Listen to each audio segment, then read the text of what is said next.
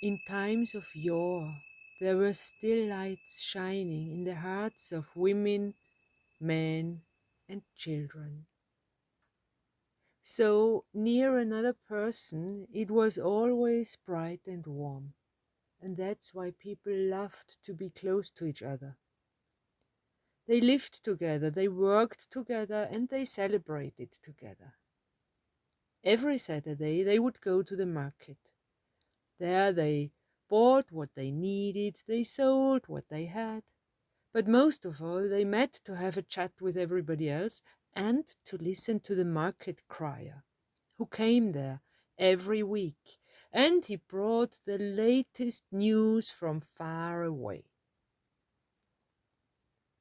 But one Saturday, people listened to him and wondered, what is he saying? He said things like, beware, dark times are coming. Darkness will cover the earth. Demons and monsters, they will come and swallow you up. They will steal whatever you have, and you will turn on each other.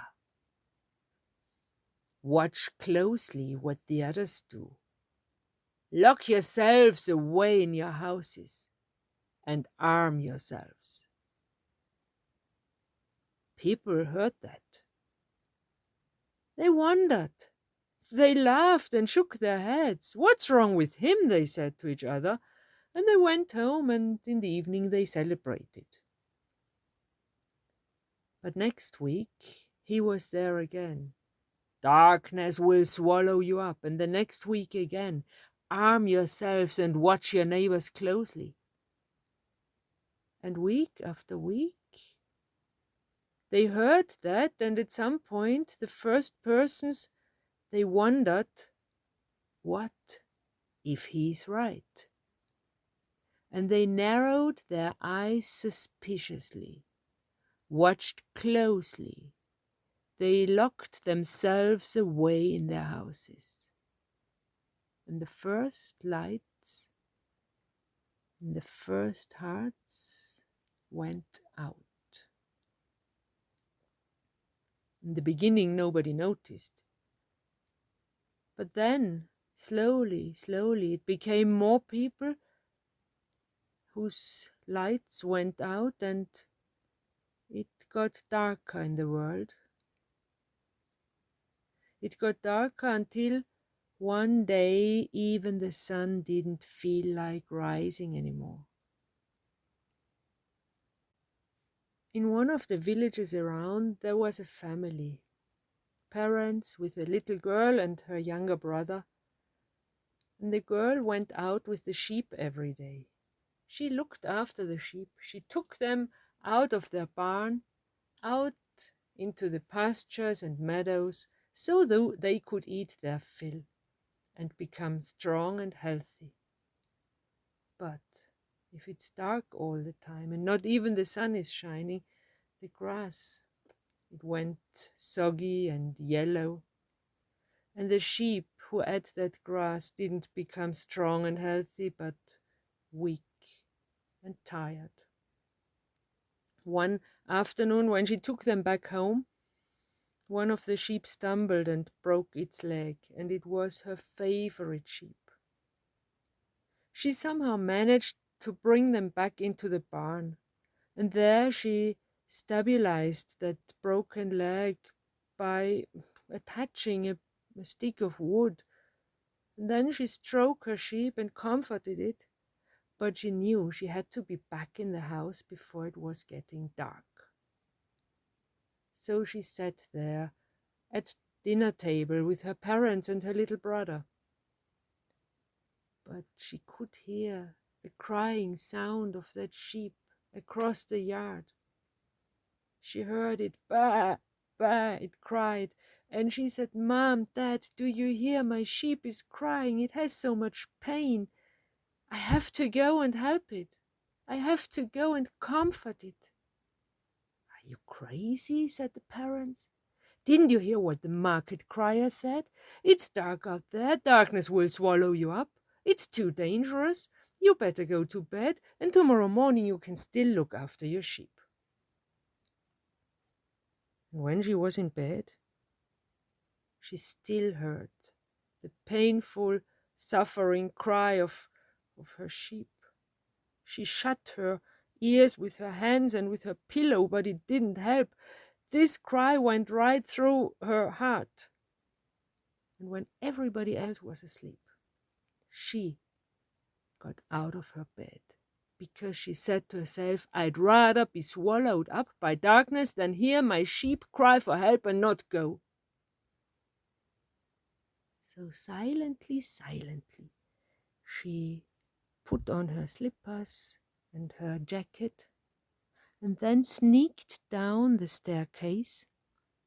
And now, with a heavily pounding heart, she opened the door and made a step out into darkness.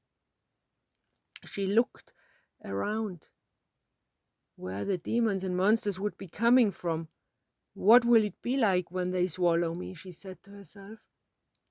But then she heard that bah cry again, and she knew her direction, and she step by step crossed the courtyard, and there she was in the barn with her sheep. She cuddled it, she comforted it, she stroked it, and she sang songs to it, lullabies. So the sheep finally calmed down and fell asleep. Now, on her way back through that courtyard, she stopped. And then she looked at the sky that was so starry as she had never seen it before, because it was so dark all around. There were stars and millions and billions of stars shining. She gazed at them and admired them, and because it was cold, she put her hands into the pockets of her jacket. And there she found, in one pocket, she found a little candle. She took it out, and then she lifted it up into the sky. And she said, Stars, stars, will you light my candle so I can rekindle the light of my heart again?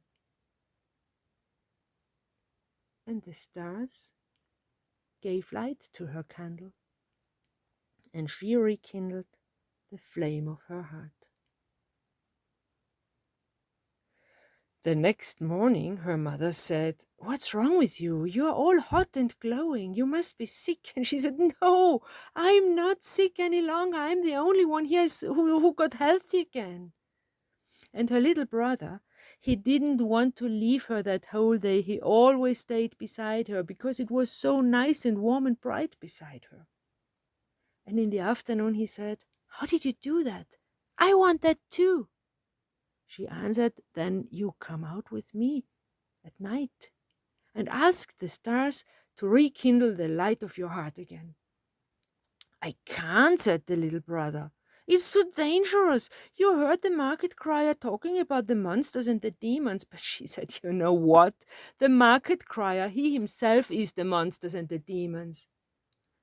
You come out with me, you will see. And his longing was so strong this whole afternoon that at some point between his toys, he found a little candle. And in the evening, in the night, when the parents were asleep, the two children sneaked out and had their candles lit again by the stars.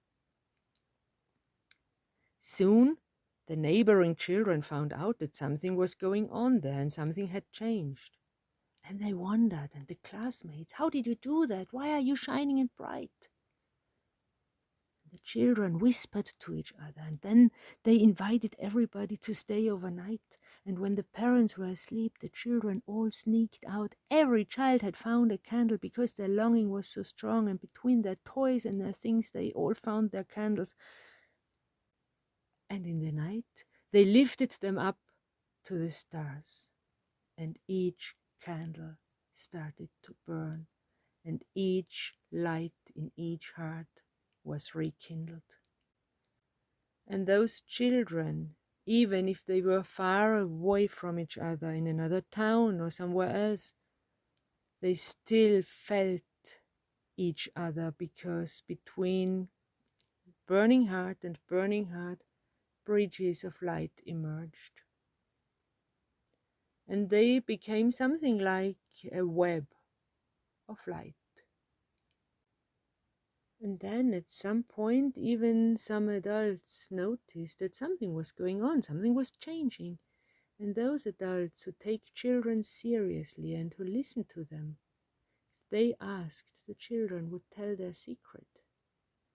And if their longing was strong enough, the teacher would find a candle between her pencils, and the tailor between her needle and thread, the baker between flour and baking powder, and the carpenter between hammer and nails.